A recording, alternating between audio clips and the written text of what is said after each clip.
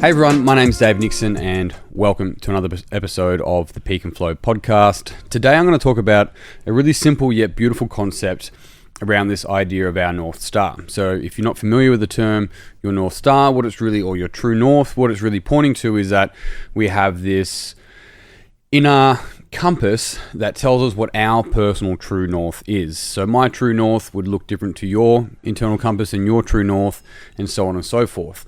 And this is where, if we're able to stay true to that, our own personal true north, then we're walking to the beat of our own drum. We're being able to live the life that we're going to be living. This is the authenticity that a lot of people speak about, and so forth, which is great. What we're going to do today is offer a slight variation in how we perceive this from this idea of here's my statement, my belief, my mantra, my mission, from this static statement to something that is really beautifully dynamic, unfolding, and forever offering you something different, yet is still guiding. And what we're going to be doing is moving from a statement to a question. So instead of a North Star belief, right, a North Star guiding statement or mission, we're going to move to a North Star question. Now, the reason why we're doing this is that what is important is that we're mindful and careful of the statements that become static. And so people end up living by these values, but the question worth considering is, do they have those values, or do those values have them? The reason why is because if the person is living in line with their values, that's great, but when did they set those values and when do we update them? Because the values that you are probably living with now, I'm assuming you probably had different values 10 years ago. When did they update? How did they update?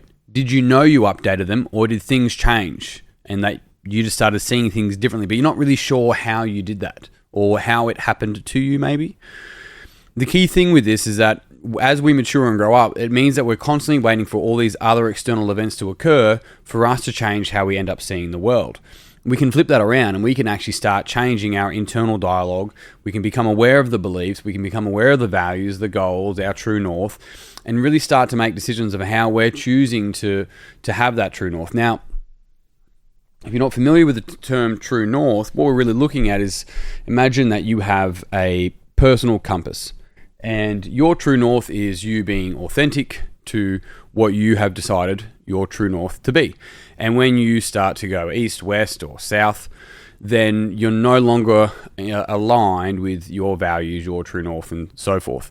So all we're offering here is a shift from a true north statement to a true north question. Now, the reason why the true north question is so powerful is because it's no longer static. As you grow and mature and evolve, you will start to have different answers to the same question. So this beautiful thing around this true north question is that it doesn't have to shift and change too much, although as you become more resourceful, you start to actually become more succinct and simple in the questions, funnily enough. Yet the questions become more resourceful. You actually are able to draw resourcefulness out of you. This is the thing, is that we don't lack resources. Now there's context to that, but hear me out. We don't lack resources. What we lack is resourcefulness. Are we even maximizing the resources we have available around us and within us? If we're not doing that, but we're complaining about the lack of resources around us, then there's a chance that we're not leaning on our actual resources that we have available to us right now. So therefore, we're not even being resourceful with what we have access to right now. And so when we ask resourceful questions, what that allows us to do is to start really leaning on the wisdom, the inner wisdom and the inner resources from within, which has usually been given to us from all of those people around us that either we met or we haven't met because we've read their books or we've watched their videos or we've talked to them on the street or their friends of friends or maybe they're family members.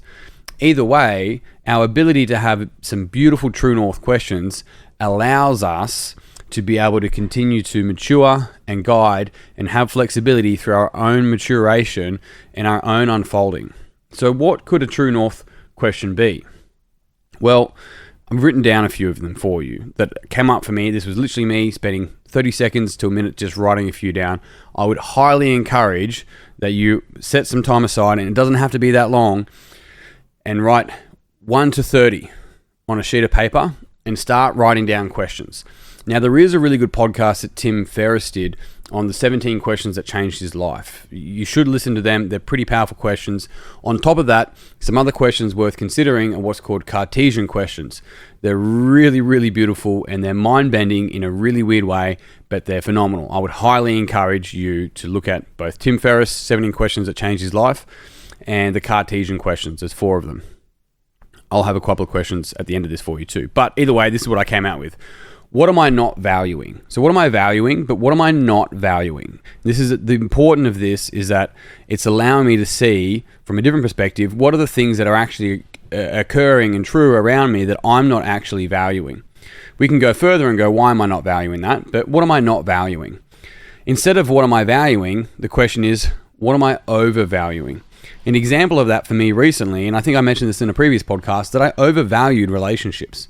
Undervalued task. Now that fundamentally shows up in my identity compass. If you're not familiar, the identity compass is a tool that we use within our coaching that shows the value that people hold upon subjective patterns of thinking. What Arne, the developer of the identity compass, calls them is what's called a cognitive intention. So you can think of something like global detail. Someone that leans more into global, someone that leans more into detail, someone that's more internally referent, someone that's more externally referent. These are different types of cognitive intentions. And so when we ask a question, what am I overvaluing, and I talk about relationship, it actually shows up in the identity compass as well. And it can actually show that I'm overvaluing relationship over task. And that can get in the way of me really achieving what I want to achieve. But also what it can do, if I'm not careful, in this example, is that I start to overvalue and maybe think for the other person, even though they may actually want the task to be completed, but I'm overvaluing the relationship, not the task. Therefore, even though my intention is relationship, I'm actually losing it.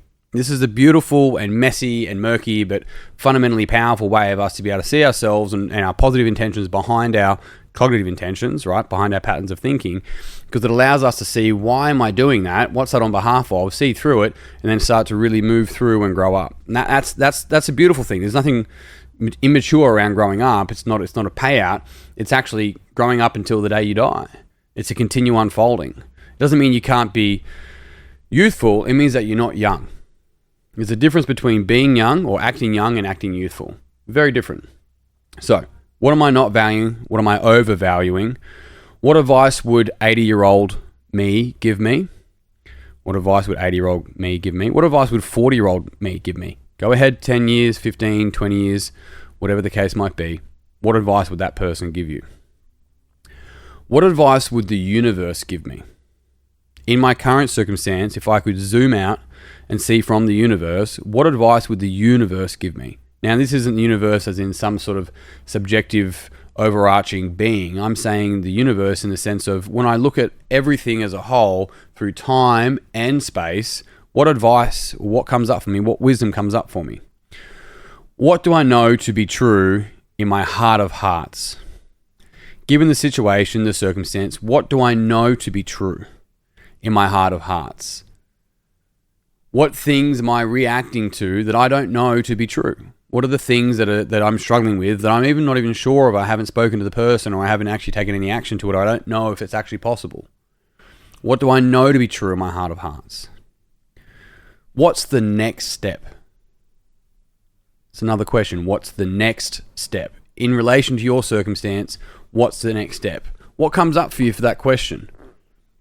If you don't know, who do I need to speak to? That's the follow-up question. What's the next step? I'm not sure. Who do I need to speak to? This is you becoming more resourceful. Can you see that? So it's like, I don't know what the next step is. Who have you spoken to find that out? Well, I haven't spoken to anyone yet because I don't know what it is. Right. So who is someone that has achieved what you're trying to achieve that you could either read from or gain access to and learn from? Does anyone come to mind? Right. What would it take for you to reach out to that person or someone similar to be able to get advice based upon your current situation? So this is us becoming more resourceful. Other question is, what do you have in your life now that you once wished for? Another question, what have you had in your life the whole time that you took for granted or you never counted?